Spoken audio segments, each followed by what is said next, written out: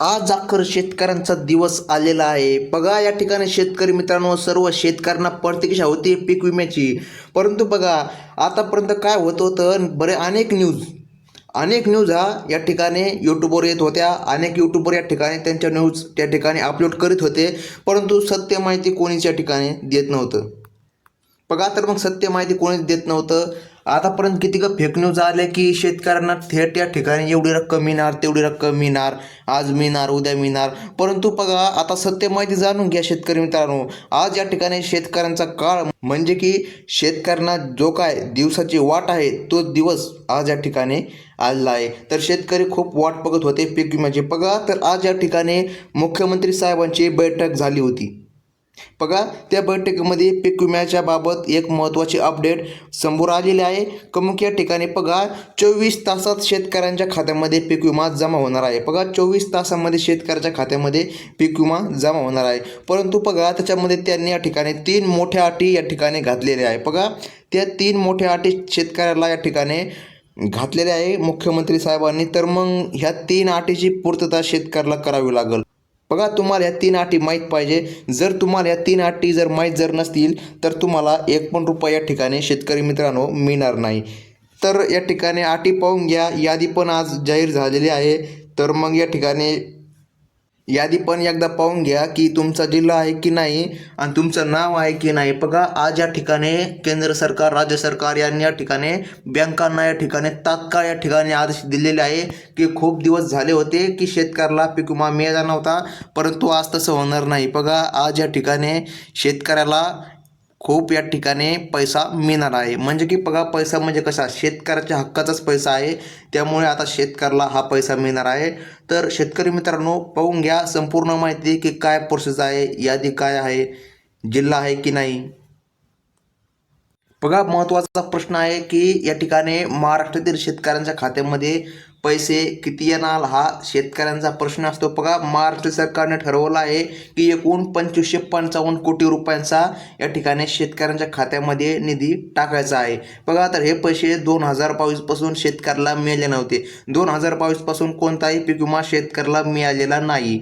परंतु आता तसे होणार नाही. आज तो शेतकऱ्याचा दिवस उजडलेला आहे. बघा या यादीत खरीप 2022, बघा खरीप 2022 रब्बी आणि या ठिकाणी 2023 खरीप आणि या ठिकाणी रब्बी, बघा असे 2023-24 बघा या हंगामाचे नुकसान झालेले आहे. या ठिकाणी बघा पिकांचा समावेश आहे. ह्या पिकांची यादी आहे. तर या यादीमध्ये या ठिकाणी तुमचा जिल्हा आहे की नाही नक्की तपासा. आणि शेतकऱ्याला बघा तब्बल या ठिकाणी 2855 कोटी रुपयांचा या ठिकाणी निधी मंजूर करण्यात आलेला आहे. तर शेतकऱ्यांसाठी आज या ठिकाणी प्रचंड आनंदाची या ठिकाणी खुशखबर आहे. बघा तर विमा कंपन्याची काय भूमिका आहे की या ठिकाणी शेतकरी मित्रांनो ही योजना भारतीय कृषी विमा कंपनी सांभाळते. सरकारने विमा कंपनी बघा 2852 कोटी रुपये देण्यास या ठिकाणी आता परवानगी दिलेली आहे. बघा 2852 कोटी या ठिकाणी देण्याची या ठिकाणी मान्यता मिळाली आहे. त्यामुळे आता विमा कंपनी पैसे देण्याची तयारी या ठिकाणी सुरू केलेली आहे. बघा खरीप 2023 आणि खरीप 2024 या दोन्ही हंगामातील नुकसान भरपाईचे पैसे थेट आता शेतकऱ्याच्या खात्यामध्ये येणार आहे. तर मग आता शेतकरी मित्रांनो नेमकं यादी काय आहे, यादीमध्ये नाव पाहून घ्या. त्या 3 मोठ्या प्रोसेस आहे, त्या 3 मोठ्या प्रोसेस माहीत करून घ्या म्हणजे की तुम्हाला पीक विमा नक्की मिळेल. तर मग बघा शेतकऱ्यांनी आज प्रतिक्रिया या ठिकाणी दिलेली आहे की या ठिकाणी बघा पीक विमा रक्कम मिळाल्यानंतर शेतकऱ्यांचे आता समाधान व्यक्त केले जात आहे. अनेक शेतकऱ्यांनी म्हणले आहे की अखेर त्यांची प्रतीक्षा संपली आहे. बघा आणि या ठिकाणी त्यांना पीक विमा रक्कम मिळाली आहे. बघा मात्र काही शेतकऱ्यांचे म्हणणे आहे की विमा रक्कम वितरित करण्यास खूप या ठिकाणी विलंब झाला आहे. बघा उशीर तर झालेला आहे पीक विमा मिळण्यासाठी शेतकऱ्याला.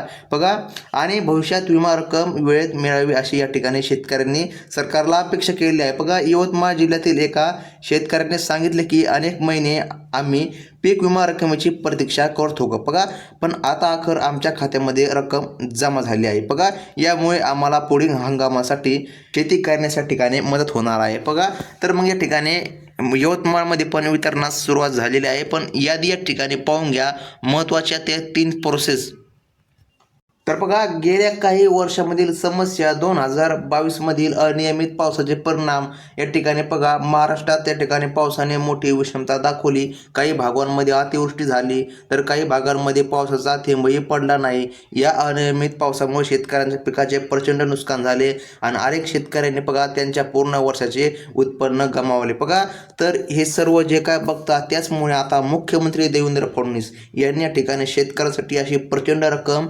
जमा केलेली आहे. तर नेमकं शेतकऱ्याला किती हेक्टर मिळणार त्याबाबतही आपण आता बोलूया.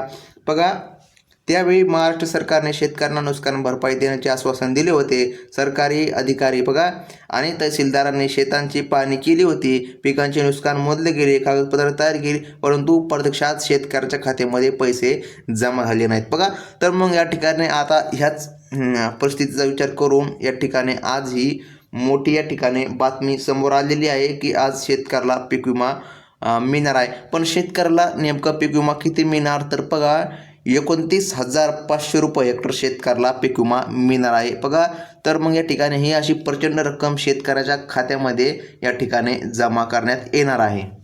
बघा, आता मग या ठिकाणी बघा शेतकरी मित्रांनो, 2024 आणि 2022च्या काळाच्या या ठिकाणी भागांसाठी सुमारे 2,87,00,000 रुपये या ठिकाणी मंजूर केले गेलेले आहे. बघा, खरीप 2023साठी आणि या ठिकाणी 181 कोटी रुपये या ठिकाणी मंजूर करण्यात आले. तर शेतकरी मित्रांनो, तुम्ही लक्षामध्ये घ्या की तुम्हाला या ठिकाणी यादी पाहूनच जायची आहे व्हिडिओमध्ये आलात तर बघा, रब्बी 2023 आणि 2024साठी या ठिकाणी 63 कोटी रुपये शेतकऱ्याला या ठिकाणी मिळणार आहे. परंतु ही खूप महत्त्वाची या ठिकाणी शेतकरी मित्रांनो माहिती आहे. जाणून घ्या तुमच्या जिल्ह्यासाठी किती आहे, तुम्हाला किती पैसे मिळणार आहे. आणि या ठिकाणी आता लगेच एवढा पॉईंट झाले की आपण यादी पाहून घेऊ. खरीप 2024साठी 2308 कोटी रुपये हे आतापर्यंतचे सर्वाधिक नुकसान भरपाईचे प्रमाण आहे, जे दर्शविते गेल्या काही वर्षी शेतकऱ्यांनी किती मोठा अपघात सहन करावा लागला होता. बघा, तर एकूण 2852 कोटी रुपये ही प्रचंड रक्कम मंजूर करण्यात आलेली आहे. ही रक्कम प्रत्यक्षात शेतकऱ्यांच्या खात्यामध्ये जमा झाल्यावर अनेक शेतकरी कुटुंबांना आर्थिक स्थैर्य मिळणार आहे. तर शेतकरी मित्रांनो, या ठिकाणी सर्वात पहिले या ठिकाणी आपण काय करून घेऊ, यादी या ठिकाणी पाहून घेऊ की काय करायचे आहे की नेमकं शेतकऱ्याला पैसे मिळणार. त्या 3 प्रोसेसही जाणून घेऊ ज्या काही महत्त्वाच्या आहे. बघा, तर त्या 3 प्रोसेस जर नाही केला तर एकही रुपया शेतकऱ्याला मिळणार नाही. बघा, तर मग शेतकरी मित्रांनो, यादी जाहीर झालेली आहे. कोल्हापूर बघा, शॉर्टकटमध्ये या ठिकाणी आपण यादी काढलेली आहे, म्हणजे की जास्त सांगण्यामध्ये टाईम नाही लागला पाहिजे. बघा, तर मग या ठिकाणी शेतकरी मित्रांनो, तुम्हाला असा कोणताच यूट्यूबर या ठिकाणी स्पष्ट बातमी सांगणार नाही. सगळे जे काय यूट्यूबर आहे हे तुम्हाला खोटी बातमी या ठिकाणी सांगतात. तर शेतकरी मित्रांनो, या ठिकाणी सत्य माहिती जाणून घ्या. कोल्हापूरसाठी या ठिकाणी 8,71,00,000 रुपये या ठिकाणी मंजूर करण्यात आले आहे. बघा, सांगलीसाठी 2,85,00,000 रुपये या ठिकाणी मंजूर करण्यात आले आहे. बघा, सातारासाठी या ठिकाणी 4,10,00,000 रुपये या ठिकाणी मंजूर करण्यात आलेले आहे. बघा, आणि या ठिकाणी पुण्यासाठी 2,89,00,000 रुपये या ठिकाणी मंजूर करण्यात आले. बघा, सोलापूरसाठी जास्त रक्कम आहे, 95,00,000 रुपये मंजूर करण्यात आले आहे. बघा, इतकी जास्त रक्कम शेतकऱ्यासाठी मंजूर केली. बघा, तर मग सरकारने असं करायला नाही पाहिजे. बघा, सोलापूर जिल्ह्याला सरकारने किती कमी रक्कम या ठिकाणी दिलेली आहे, म्हणजे की बघा सर्व जिल्ह्यांना या ठिकाणी कोटीने रक्कम दिली आणि सोलापूरला या ठिकाणी 55,00,000 रुपये रक्कम दिली, म्हणजे की बघा या ठिकाणी किती जास्तीची रक्कम या ठिकाणी शेतकऱ्याला या ठिकाणी सोलापूर जिल्ह्यासाठी दिलेली आहे.